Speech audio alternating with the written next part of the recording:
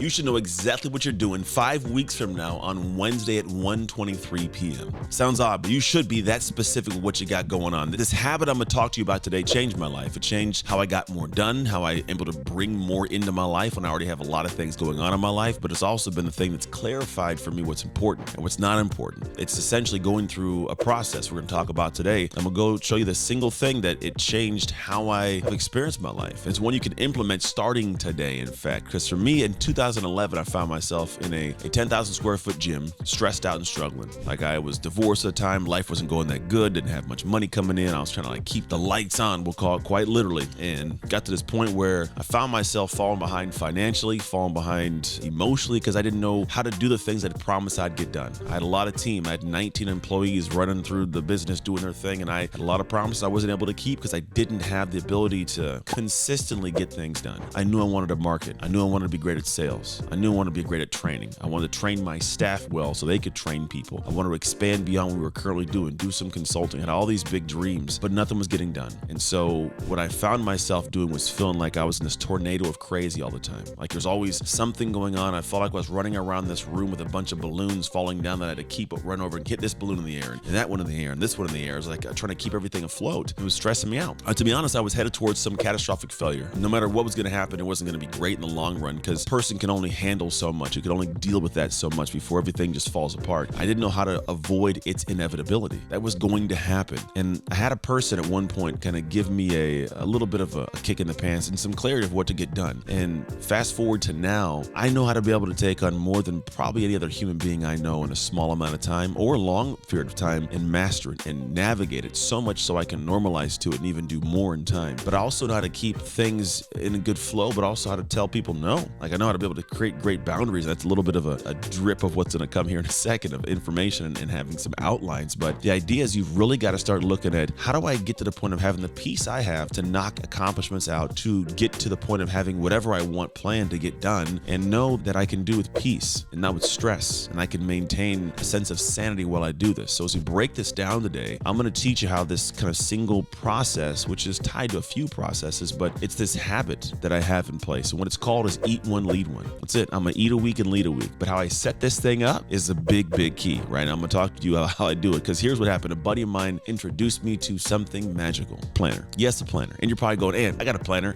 Yeah, but the planner isn't the thing. The planner is not the key. The key really is, do you understand how to plan with your planner? See, it sounds stupid easy, but it's really not that easy. A lot of people struggle because there's more that goes into planning properly than you take into account when you get a planner. A lot of people go and they buy planners and they do these things and they go, "I got this cool planner, look at my," and then they fall apart. They think it's a planner's fault. They go and buy new planners because that planner didn't work. It has nothing to do with the planner. You could plan amazingly on a blank piece of printer paper if you know what you're doing, but people don't plan properly. So they get spun up. And so my simple habit was understanding how to eat a week and lead a week based on a 5-week window. So what I chose to do is I started digging into some steps. So here's what I first started doing. I started going and segmenting tasks I want to get done. The marketing I want to get done, the advertising I wanted to get done. If I want to have some specials going on, seasonal type stuff, I would look at how am I doing lead generation? How am I training my sales team? How am I training my training team? How am I training my own clients? How am I taking care of myself and working out? All these things became parts of aspects that I wanted to work on. And I realized each one of these, each week, has a certain allocated amount of time it needs. Some's going to be an hour, some's 2, some's 5, some's 8, right? And I would realize is that you can actually modularly block these. So some people go, "I got to work only on this project right now. And if I don't, I'm stressed out. So I got to get this one done so I can get off the plate." Well, even if you did get it done off the plate, a new one takes its place. The idea is to figure out how you can actually get to the point of organizing your life to where all these little things, they operate synchronistically and they're all at the same simultaneous time being worked on. Like that's really what can happen. You can have 5 projects with 5 different modular hours and today work on all 5. And then at the end of the day, close it because you know that the rest of the hours for these projects will get woven into future days. That's the proper way to plan. But most people don't do this. They think all this stuff's got to get done. So they stress out in the block of time when they're working on one thing by thinking about all the other things they also have unfinished, we'll call it. And for me, it was the beginning of, at that window in time back in 2009, like beginning to want to consult even more, to stretch out and reach into more. But I was aware I couldn't take more on based on the way I was handling the current situation. And I was back in the small town of Brentwood, California, doing my thing in my gym. Nobody knew me, just kind of in that realm. But what allowed me to work was I was able to create a plan and then stay disciplined. That's what progressed me up to what I'm doing now. I made a quick little plan and I found out how to modularly adjust things. I learned how to plan with my planner, and that plan's what I'm gonna talk to you about now. So the first thing you have to do is I added and I axed tasks. Added and axed tasks. And the reason I did that was because I said, what are the tasks that I have to add to this thing and actually add to my day? What I want to get done, what do I need to add? Needs, right? What needs to be done? For me, a lot of it was bringing new leads in. I had to do that. What had to be axed was hangout time, conversations, going to random lunches and meeting people, shaking hands. I didn't need to go anywhere. If it wasn't going to add to the bottom line at that time, I didn't need to do it. If it wasn't going to add, if it maybe for you right now, same way, if it doesn't add to your bottom line, you just don't do it. And so the reality is stepping in and going, where do these things fit in the bigger picture of the overall goal I'm trying to achieve? And can it be added to that? Does it help? Or can it be axed as a task? And that's really something that's got to be done because you have to set a boundary. That for me is the one thing that allows me to have the ability to stay in flow even now is boundaries. And a boundary simply says I'm keeping this in and I'm keeping that out. So as I'm filming this right now, I have things that my brain wants to go do, but this is keep this in time to make sure I'm serving you. Things also are kept out. So text messages don't come in, emails don't get read, like I keep that out so I can be focused here for you. And that's a boundary I set for this window of time to create this for you. It's a special thing that has to be framed up. And so you have to add an axe task that take away from what you want to add. Number two is I make tasks modular by the hours. I alluded to this, but here's how I do it. Based on the awareness you have as a human of your capabilities, you know about how long it takes to do something. You got a ballpark idea. And now there are certain tasks and projects that I think I know pretty well of who I am, so I can allocate a window of time that I would probably take to do it. And at this point in my life, I'm pretty dialed in. If I bring something new in, I give myself a buffer period to figure out. Like if I have to write scripts or create something for videos, I'll give myself a longer than I think window of time. And if I go longer than that, I go, all right, beyond that, I need to learn how to be efficient and bring it down to at least that window I originally thought, and then how to make it even quicker. And my whole brain's wrapped around how can I efficiently move towards knocking tasks out, but I also know what I'm able to do so I can allocate a window of time to complete something. So most people go, I'm going to get this thing done by next week. And then they dig into it and they realize, well, based on the time that they have and the time it takes them individually as a human to do it, that never would line up. But they don't think about it in advance. They get into it and go, I'm behind deadline. They freak out. You could have known beforehand if you just know, hey, what are the steps to get this completed? How do I believe I will operate in getting this done? How efficient can I be at completing this in that window of time? Can I do that? Does that take an hour for me? Does that step take me 2? Does that step take me 4? If it does, I got 7 hours I got to work on. I can't just go, I'm going to work on this tomorrow for a couple hours, because you'll show up to tomorrow and go, there's no way I can get it done. Because literally, there's no way you can get it done. So understanding how your brain works, how you function, and putting a modular time box to the different pieces for the project is a critical piece to it. That's how I can plan things out, because we haven't got yet to how I call it eat a week and lead a week. Then what I do is I infused my life tasks into this. Like I infuse what I do in my own human life of getting up and going to sleep and taking the kids to sports and different events and eating food. That way I knew what my life would flow like, and I could plug in these modular hours to the windows of time that made sense outside of my life. So my life wasn't a slave to work, but work was fitting into my life the way I wanted to live it. The fourth step was, and I just talked about this, I held ridiculously ruthless boundaries. If I said I was going to do it, I did it. If I didn't, I didn't. If I have a window set up of what I'm doing, you can't come bother me. I would tell people, hey, I'm not available right now. I would be at Starbucks. People would walk up at Starbucks and I go, I appreciate you. I'd love to talk to you, but now I'm working on something. Can we choose a time in an hour? Or are you going to be around in an hour? Can I talk to you tomorrow afternoon when I have some free time? Because I knew was on my schedule what needed to be done. So I ruthlessly held that window. People couldn't get a hold of me. Even if you were in person, I wasn't stopping to talk to you, and that held it. Now, the biggest key for all of this is how you set up your day. You have all these things woven in, you put these different modular pieces in, and you do this for 5 weeks out. 5 is key. And it's hard at first. The first few weeks are hard because most of your stuff that you're doing in life is always 1 or 2 weeks out, right? It's never farther than that. So most people have all the next couple weeks always packed, so they're always busy. It's not my experience of life. I can put things out 4 or 5 weeks and plan well in advance when something's going to get completed. Just leave it there, and then I'll show up to it and go, oh yeah, I'm working on that. I forgot about that because I scheduled it a month ago. So I'm not in this freak out mode all the time. And so I can get a lot of projects done because some don't have a deadline that's going to be next week or the week after. It can be 3 weeks, 4 weeks, 5 weeks out. And so what I do is I have a window of time where things are spread out. And I also have thinking time and organizing time and structure time that is already cast out in the future. So if someone does want to book me, that's already locked into my schedule and they can't actually grab that time from me. So what happens is every time I eat a week, I live a week of my life. I lead out one more week 5 weeks from now. So I'm always 5 weeks out. And what happens is people can't bother me. I don't get stressed out and things get done at a pretty pretty good tick, well, I still have a lot of life going on. I have a business I run in this aspect here, but I'm a very active human outside of my career with my wife, my kids, and doing the different things I do in the world. But I'm never in a super stressed mode because things get done as they're supposed to get done, and I live my life, and most people around my life don't even understand what's going in the other side. Like what happens in work, most people have no idea what's going on in business. At home, most have no idea the stressors and things going on in my work because I can keep a good fluidity to it all and I don't freak out. That's what it allows me to do is